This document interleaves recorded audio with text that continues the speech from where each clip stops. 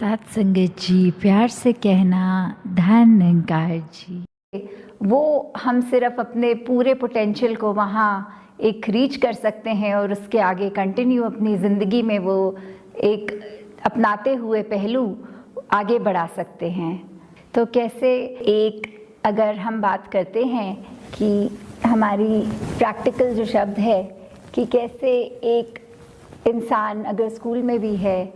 तो वो practical exams होते हैं या एक वाइवा होती है, तो जीवन में अगर हम इस तरह देखें कि जो हम जी रहे हैं वो तो हमारा प्रैक्टिकल हो रहा है, और अगर क्लासरूम में जो अटेंड किया, जो थ्योरी में सीखा, वो जब तक हम एग्ज़ाम में साइंस का भी हो तो एक रिटन अलग देते हैं और उसका प्रैक्टिकल लैब में अलग देना होता है, कि जो सिर्फ शिक्षा ली है वो सिर्फ शिक्षा तक ही एक हम लिमिटेड हो गए हैं या क्या असली जीवन में भी उसको उतार के दर्शा पा रहे हैं। तो प्रैक्टिकल जहाँ उस रूप में भी हमें जो भी शिक्षा हो उसको दर्शाना है, तो अपनी ज़िंदगी में भी एक, क्योंकि स्पिरिचुअलिटी ऐसी चीज़ है कि कुछ दिन के क्षणों तक सीमित नहीं, ये तो हर क्षण, पूरे दिन, पूरी ज़िंदगी ये हम अपनी स्पिरिचुअल रख सकते हैं। तो उसमें हम कैसे ये प्रैक्टिकल हो के जिए हर पल को। तो जैसे हम अगर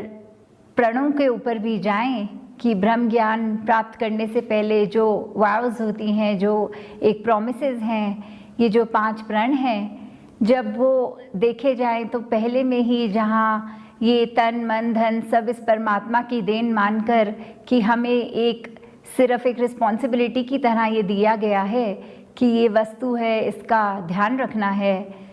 तो जहाँ वो बात आती है तो हमारे मन में ये एक सरेंडर की भावना कि हम जब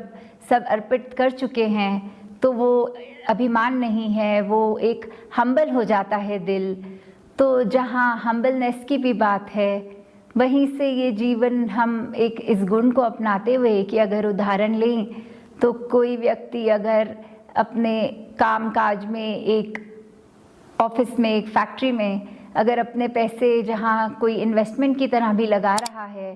तो वो अपने पैसे मानकर अगर कर रहा है तो उसको इस चीज़ का भी अभिमान हो जाता है कि मैंने लगाया, मेरा देखो कितना मुनाफा हुआ, मेरी चतुराई कितनी अच्छी थी। पर जहाँ हमने ये बात मान ली कि ये धन भी तो परमात्मा ने ही दिया और उसको ये हमारी सोच बोझ के साथ एक इन्वेस्ट करना भी ये निरंकार से जुड़ के चेतनता से हमने इंटेलिजेंटली उसको लगाया है और फिर वो उसी में से और बरकत भी हुई। तो इसमें भी करता हम नहीं, ये परमात्मा ही करता है।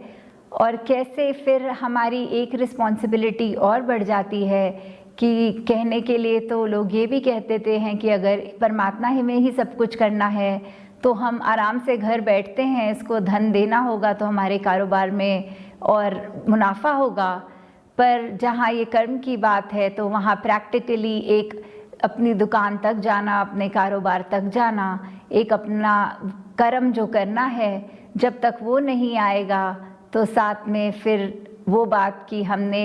और एक अटेंटिव होकर हमारी जिम्मेवारी और बढ़ गई कि अभी तक तो मैं मानता था कि ये मेरा धन है, मेरी दौलत है, तो इसको मैंने अगर उजाड़ भी दिया, नुकसान भी कर दिया तो भी क्या हुआ, मेरी ही थी। पर जब ये मान लेते हैं कि वस्तुएं भी तो परमात्मा ने दी हैं, तो हमारी जिम्मेवारी एक और इस तरह बढ़ जाती है कि अब हमें एक एक चीज़ को इतने सेंसिबली यूज़ करना है। एक रिसोर्स जो मिले हैं परमात्मा द्वारा, उसको हमने बहुत ही सोचकर किस तरह एक कोई भी, ये तो उदाहरण काम का हुआ, पर अगर दुनिया में कोई भी पहलू लें कि एक नेचर में भी देखा जाए तो अबंडेंस होती है अगर किसी चीज़ की, तो हम अगर वो नीड और ग्रीड वाली बात कि हमें जितनी ज़रूरत है उतना ही लें या वेस्ट करें, तो उसमें भी कोई सेंस नहीं है, क्योंकि हमें वस्तुएं मिली हमारी ज़रूरत को पूरा करने के लिए हैं। तो वहाँ पे भी इस परमात्मा द्वारा अगर ये शरीर मिला है, ये धन दौलत मिली है, ये हमारे मन का भी एक समर्पण होना इस प्रभु के प्रति कि कैसे वस्तुएं ये चाहे हैं पर हमारी नहीं हैं। तो इसी के रूप में अगर और आगे चलें कि दूसरे प्रण में भी ये जाति वर्ण आश्रम की बात आ रही है कि कैसे हमने अब एक अभिमान के रूप में कि ये अगर कोई ऊंची जाति का है, नीचा है, गरीब है, अमीर है, उन पहलुओं पर भी अगर हम गौर करते हैं तो हम अपने जीवन में प्रैक्टिकली ये कैसे मान लें, तो वो एक ये ज्ञान की समझ आ जाती है। तो पता लगता है कि सोसाइटी में जो भी इंसान हैं वो ऊंचे नीचे नहीं हैं, उनके अंदर तो ये परमात्मा का अंश है, वो स्पिरिचुअल बीइंग्स हैं। बस फ़र्क इतना कि कोई कहीं पैदा हो गया है और कोई कहीं, तो उसके बेसिस पे हमने नफ़रत के भाव मन में नहीं लाने, वो ऊंच नीच, एक तंग दिल्ली, एक अपने आप को दूसरों से ऊपर मानना, ऐसे भावों को मन में नहीं लाने देना। हमने फिर एक और पहलू भी आजकल अगर हम देखें कि कैसे सिर्फ ये जाति तक ही बात नहीं होती, कई बार हम छोटी चीज़ों में भी ये चीज़ ले आते हैं कि ओ मेरे पास तो एक बेहतर गाड़ी है दूसरे इंसान से, मैं तो एक बेहतर एड्रेस पे रहता हूँ, तो ऐसी चीज़ें भी मन पे आनी, ये भी हमारी एक स्पिरिचुअल बीइंग्स होने का प्रमाण नहीं दे रहा। क्योंकि ये तो संसार में जहाँ आए हैं, अगर सभी ने जन्म लिया है या कहीं भी कोई कार्य करके सफलता मिली है, तो उस पे भी कोई एक हमारी अपनी पहचान का टैग लगना वो नहीं ज़रूरी, क्योंकि ये शरीर तक ही यात्रा शरीर की सीमित संसार तक रह जाएगी जब तक सांस हैं, और जब सांस खत्म हो जाएंगे तो फिर अगर इस परमात्मा का बोध हुआ है आत्मा का, तो उसके बाद उसको पता है किस में जाना है, किससे आए हैं। तो फिर ये शरीर की बातें भी ये कुछ साल जब तक की ज़िंदगी है वहीं तक सीमित है, तो वहाँ पे भी हमने अपने आप को इतना नैरो नहीं कर लेना कि हम इसी में उलझ के इतनी दीवारों के बीच खुद ही अटक जाएं। तो फिर दातार ऐसी कृपा करे सभी पर कि एक जीवन वाकई ही दिल से जुड़ा हुआ इस परमात्मा के साथ भी परमात्मा के ही हुक्म में संभव होगा, वरना इसने चाहे हम कितना भी अपना जोर लगा लें वो संभव होने वाला एक हो ही नहीं सकता। तो कैसे एक इसके ही साथ मेहनत अपनी जारी कर रखते हुए, मानते हुए कि अगर इसमें हम नहीं चाहे हमारे अकॉर्डिंग नहीं होगा,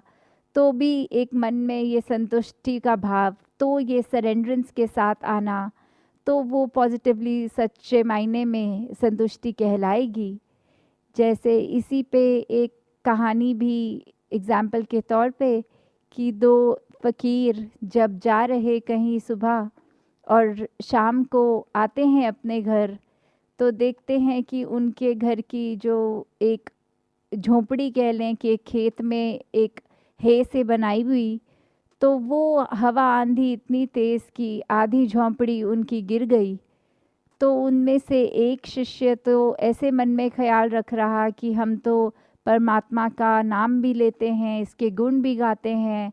तो भी परमात्मा ने हमारे साथ ऐसा किया कि हमारी आधी झोपड़ी ही एक गिर गई, एक यूज़ में नहीं अब आ सकती, कितनी मेहनत से खड़ी करी थी। और वहीं उसी के घर में रहने वाला दूसरा फ़कीर उसको इस तरह देख रहा है कि परमात्मा तूने आधी झोपड़ी तो संभाल ली कि हम इस आंधी के मौसम में भी आराम से दोनों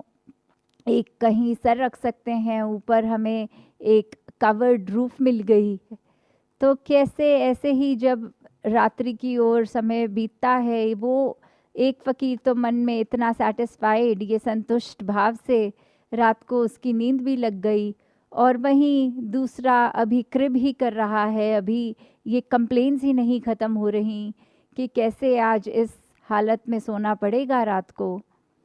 तो कैसे फिर सुबह के अराउंड 4 बजे जब उनकी नींद खुलती है, एक दिन शुरू होता है,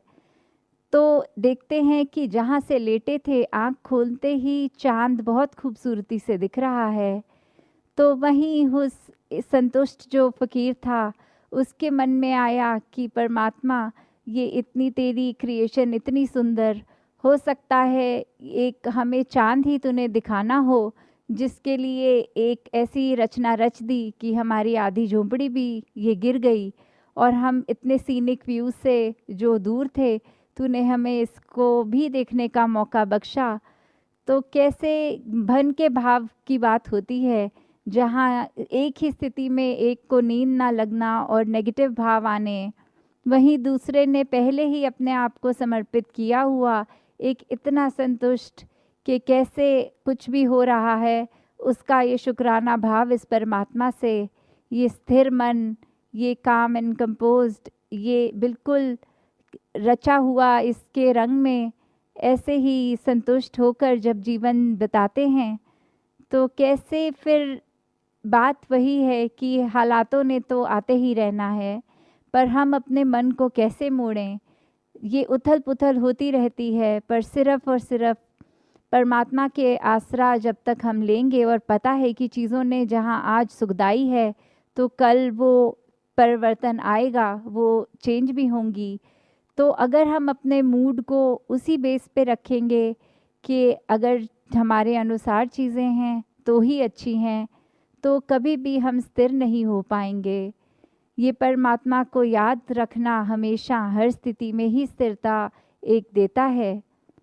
वहीं हम अगर ये भी देखें कि बात होती है जब परमात्मा की, तो कहा जाता है, काफ़ी मानते हैं ऐसा, कि परमात्मा देखा नहीं जा सकता, पर ऐसा नहीं है। परमात्मा को देख सकते हैं, और ये आज की बात नहीं, युगों युगों से भी। क्यों एक मीराबाई गा के बोलती है कि मैंने राम रतन धन पायो, तो ये पायो की बात कि ये मिला है, ये परमात्मा मिलता है। और वैसे ही अभंग रचना में ज्ञानेश्वर जी ने भी हरि पाहिला रे जो बोला